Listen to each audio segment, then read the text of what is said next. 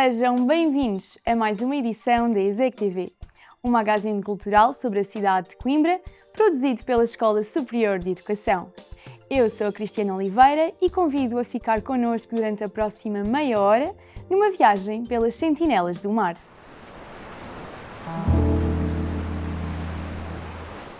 Conhecer melhor aquilo que está à nossa vista é uma das maiores aprendizagens. Subimos a dois faróis da Zona Centro, o farol do Cabo Mondego e o farol de Aveiro. Guardador de memórias individuais e coletivas, o farol é a luz que guia permanentemente quem anda no mar. Ser faroleiro é uma profissão tão brava quanto o mar pode ser, com as suas intempéries e marés, mas também com os dias doces de águas calmas. É uma profissão em risco que pertence ao mar e à terra. Ao contrário do farol maciço, permanente e imutável, a missão de faroleiro é inconstante, mudando de farol em ciclos de 4 anos e, com isso, mudando totalmente a sua vida. Falámos com 6 faroleiros e ficámos a conhecer algumas das suas histórias, desafios e receios, com os ruídos e silêncios do mar e da vivência no farol.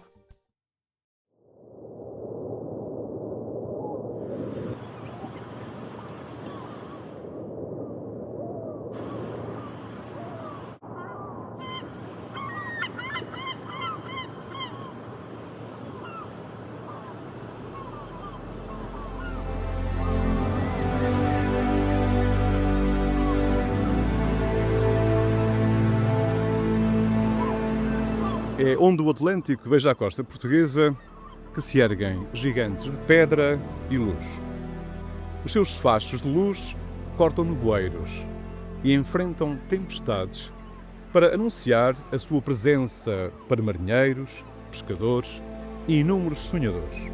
São uma memória viva de um país e da sua relação com o mar. Cada tijolo dos seus inúmeros degraus conta uma história.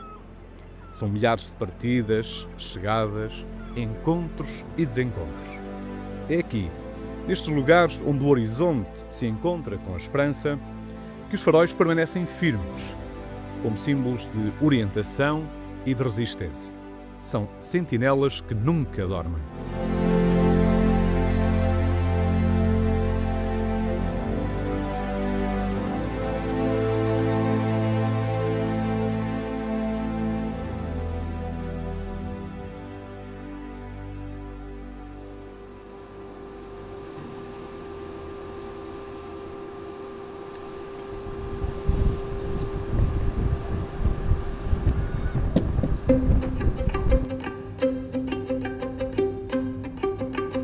Todos os dias temos uma atividade diferente, portanto não há o chamado dia rotineiro.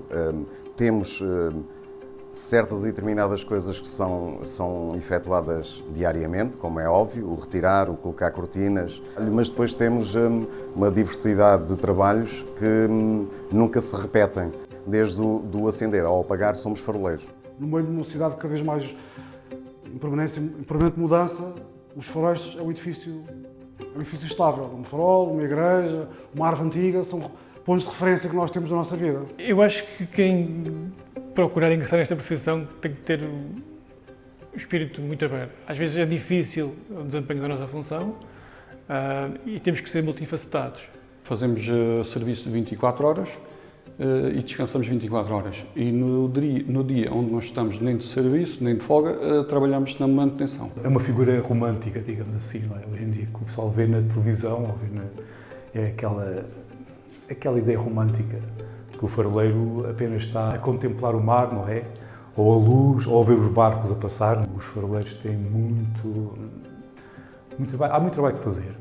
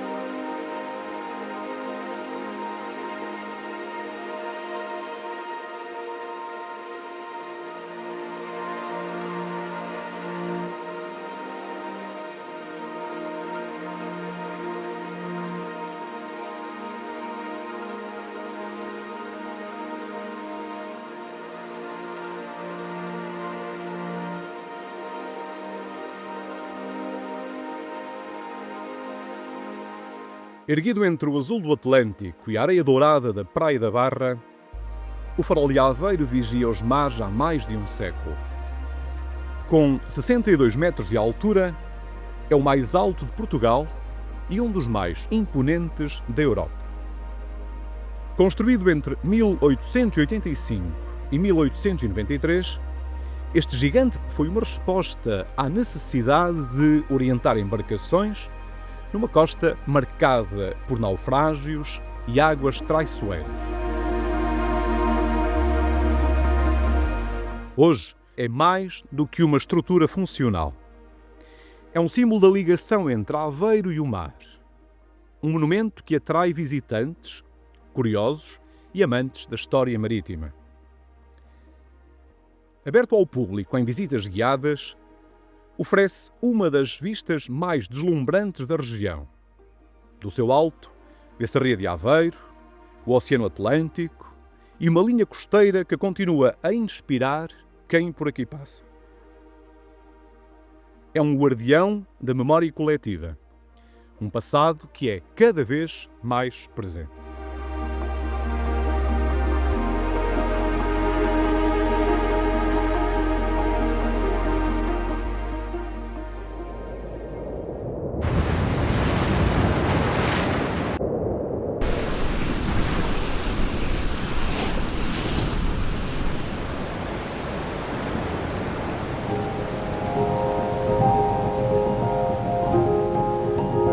É no topo das falésias escarpadas da Serra da Boa Viagem, virado para o Atlântico, que se ergue discreto, mas sempre presente, o farol do Cabo Mondego.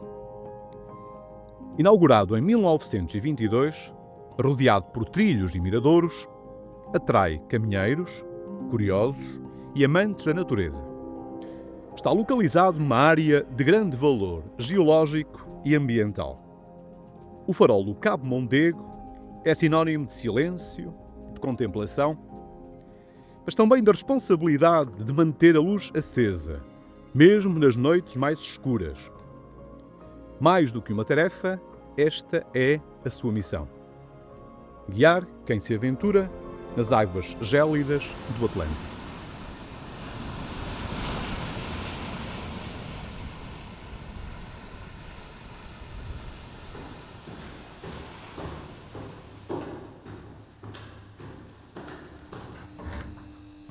É no silêncio, entre o mar e o vento, que o faroleiro vigia a costa. Atento, é ele quem garante que a luz do farol nunca falhe, guiando embarcações em segurança. Para compreender melhor esta função, fomos ao farol de Aveiro conversar com José Lemos, Nuno Cardoso e Filipe Figueiredo.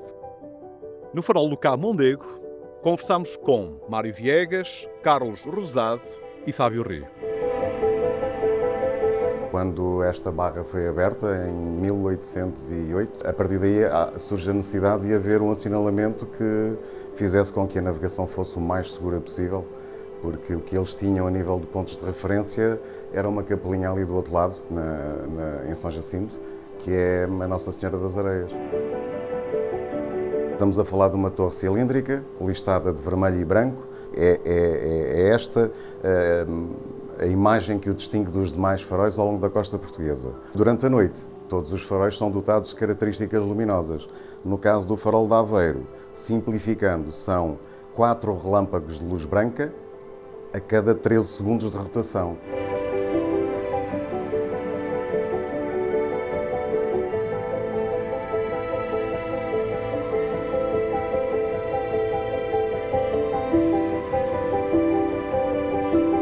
Existiu um farol a cerca de mais ou menos 300, 400 metros aqui a sul.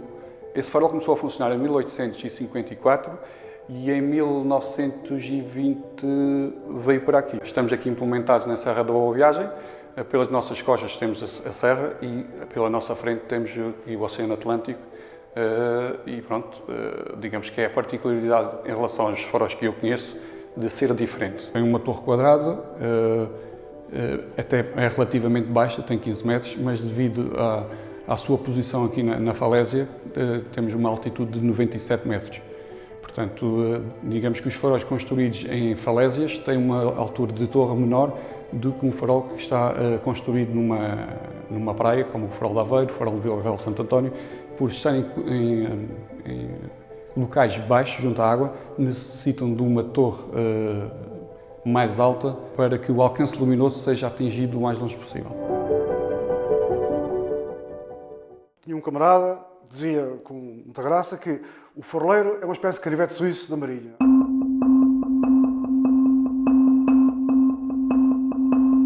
Temos pedidos de visitas diárias. Vigilância das águas. Temos que fazer com que todo o equipamento técnico esteja a funcionar como deve ser. Na limpeza, na pintura, na beneficiação. De manhã temos as manutenções para fazer ao farol. Tem como responsabilidade a sua manutenção. Fazemos toda a parte de uma manutenção de primeiro grau, digamos assim, primeiro, segundo grau. É muito importante essa manutenção que é diária.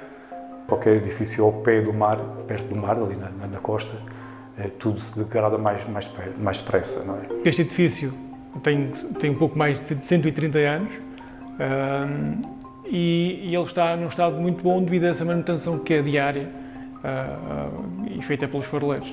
A segurança às instalações é muito solicitado pelos professores para a sua visita. Nós temos várias valências técnicas que aprendemos no curso profissional, mas também temos valências que aprendemos uns com os outros. A pessoa que está em trabalho normal, assim, 9 às 5, que não está escalado, é uma coisa. O camarada está de serviço de escala, faz um horário, digamos, solar, ou seja, não é em relação ao relógio, mas em relação ao nascer do sol. A gente sabe que o sol nasce, levantamos perto dessa hora, vemos as luzes envolventes estão a funcionar, as boias estão a funcionar, farolinhos. Vamos o farol apago, vamos as cortinas, abrimos o serviço, fazemos uma limpeza prévia a algumas áreas do farol, nomeadamente ali fora no exterior, que nós estamos ao pé da praia e temos sempre a praia cá dentro, temos que pôr a praia lá fora. E depois passamos o serviço ao camarada, nas Forças Armadas passa a pistola, a gente aqui passa um telemóvel e depois estamos todos a trabalhar todos em conjunto, mas depois ao fim do dia vai tudo para casa, está o homem de serviço no farol, permanece no farol, fardado. A rendição é feita às 9 horas. Ao pôr do sol, retira as cortinas para que, quando o farol começar a ligar, portanto começar a funcionar, a luz saia para o exterior. Se não houver nada durante a noite, alarmes nenhuns, digamos que é uma noite mais tranquila, ao nascer do sol o farol apaga e eu vou colocar as cortinas para proteção do aparelho óptico.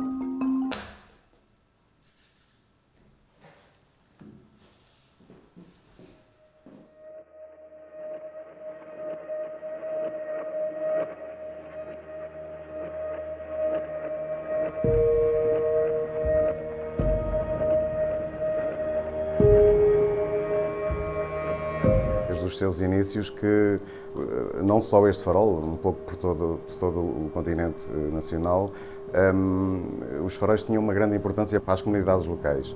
E porquê? Porque eram dotados de oficinas, eram dotados de faroleiros com conhecimentos técnicos em variedíssimas áreas, desde a mecânica, a serralharia, a carpintaria. Depois alguns eram dotados também de fazerem reparações em eletrodomésticos, em rádios, televisões, até terminarem os transistores, digamos assim. E a comunidade local vinha muito ao farol para fazer esse tipo de reparações e também para receber chamadas telefónicas, para efetuarem chamadas telefónicas com os seus familiares que estavam imigrados, que estavam hospitalizados em Lisboa e Porto, por exemplo. Socorriam-se muito do farol.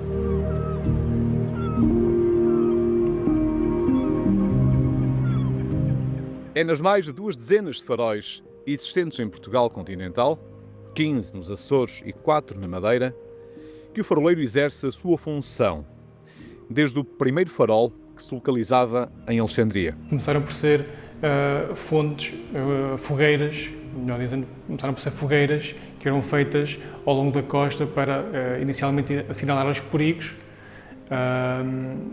que havia nas próprias costas e auxiliar quem estivesse no mar, claro. Já que estamos a falar na fogueira, podemos passar depois para esta parte aqui.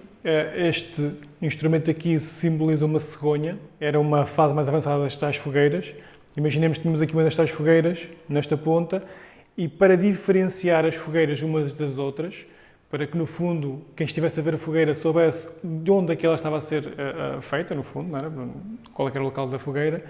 A cegonha já teria um movimento, fazia com que, neste caso, ela andasse para baixo e para cima, e assim eles sabiam que a fogueira estava, por exemplo, aqui, no local onde está o farol de Aveiro, vamos imaginar este ponto, e se quisessem vir para aqui, dirigiam-se para esta fogueira, se não quisessem, utilizavam outro assinalamento que pudessem ver ao longo da costa. Os faróis também são construídos de maneira que quem está no mar e olhe para a terra veja, pelo menos, no mínimo, 2 faróis.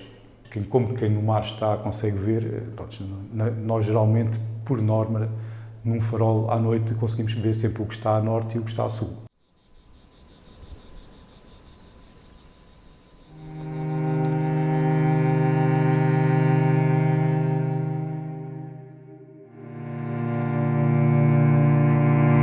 É por isso uma profissão antiga. É um trabalho muitas vezes invisível, mas que ainda hoje é essencial para a navegação. Está preparado para começar a funcionar sozinho e desligar, ou seja, começa a funcionar ao pôr do sol e desliga ao nascer do sol. Tudo bem, mas se houver uma falha de energia, temos um gerador que nos vai fornecer energia ao farol.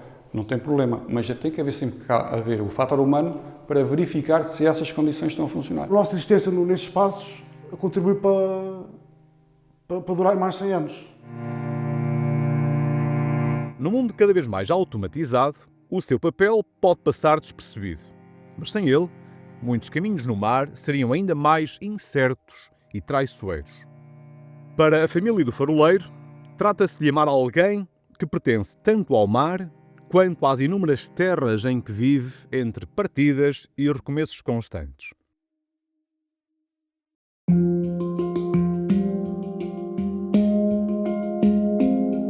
Eram 4 casas, mais 2 pequenas e aquelas lá à entrada. Eram pequenas aldeias. Eram 6, 7 famílias a morar, com as crianças também. Pronto, digamos que nunca é um espaço como é hoje em dia, vê-se mais hoje em dia, a realidade atual é essa, um espaço mais vazio, não é? Existem pessoas à mesma, existem faroleiros também, mas bastante reduzido.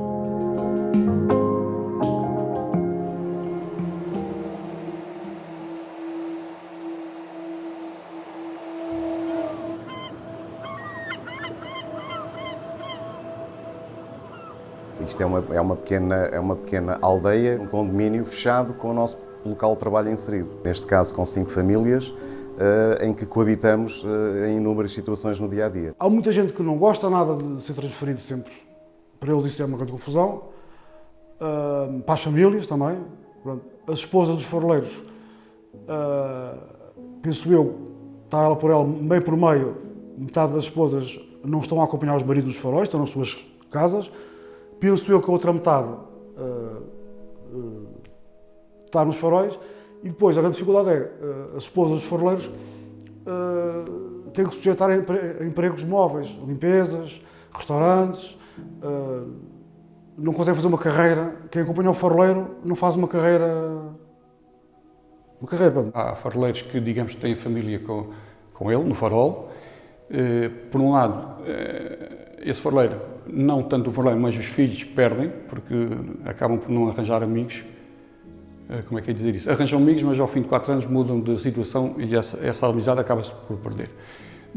Os faroleiros que, digamos que a esposa está em casa, tem o seu local de trabalho e não está com o faroleiro, portanto é o inverso. Portanto é o faroleiro que anda sozinho, perde, digamos, o crescimento dos filhos. Nesse aspecto sofre mais que um faroleiro que tenha a família com ele. Sendo filho de faroleiro, quais foram, na sua opinião, os principais desafios que sentiu no exercício da profissão por parte do seu pai? Foi a ausência, se calhar assim, mais enquanto pai.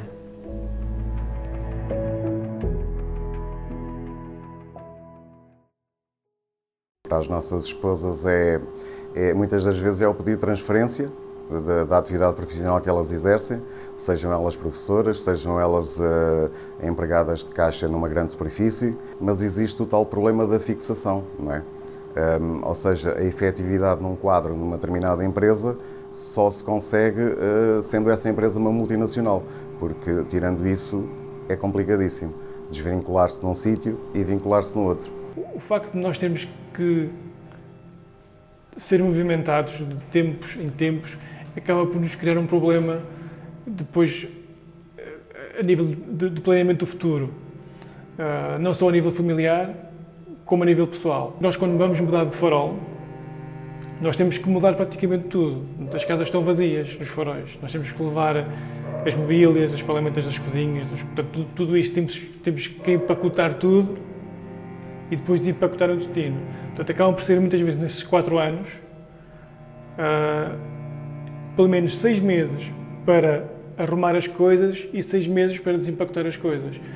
Isto na parte prática. Depois, se formos à parte mental, que também trabalha muito, quando nós estamos a pensar já que vamos destacar e que vamos para um determinado local, se calhar a nossa disponibilidade para aquele local já não é tanta como deveria ser. Esta situação de nós andarmos sempre em mudança leva a que, se calhar, esta juventude pense 2 vezes antes de vir para cá. Eu sou filho de faroleiro e apanhei a transição, digamos, do antigo, da década de 70, 80, para agora. E há uma grande diferença entre os anos 80 e agora os anos 20, a nível tecnológico. No entanto, o nosso serviço acaba por ser o mesmo, porque digamos que não evoluímos nessa situação. Mas foi uma pergunta agora que apanhou um bocado de surpresa. Mas digamos que... Mas é tentar continuar com a profissão. Isto, nós sabemos que as tecnologias vão aparecendo e as profissões também vão mudando. Não é só nos faroleiros, é em todas as profissões, tem que se adaptar, mas ir com um bocado de paciência e tentar se adaptar e também eles próprios, às vezes, tentarem inovar, tentar dar novas ideias para fazer mudanças, para fazer inovações. Acho que está na mão deles, não é? A evolução dos faróis. Esta vida, muitas das vezes, obriga-nos a virar tudo ao contrário e começar tudo de novo, 4 anos depois, num novo sítio, e se calhar isso é um bocadinho desmotivante nos dias de hoje.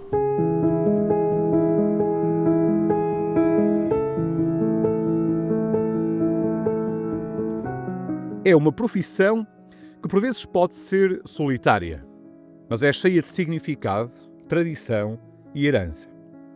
Sendo que, em alguns casos, passa de geração em geração, de pais para filhos. É uma tarefa composta por múltiplas funções e realidades. Algumas repetem-se, outras dependem do engenho e de algum improviso. E enquanto houver mar, haverá sempre alguém a cuidar da luz e das sentinelas que vigiam a costa portuguesa.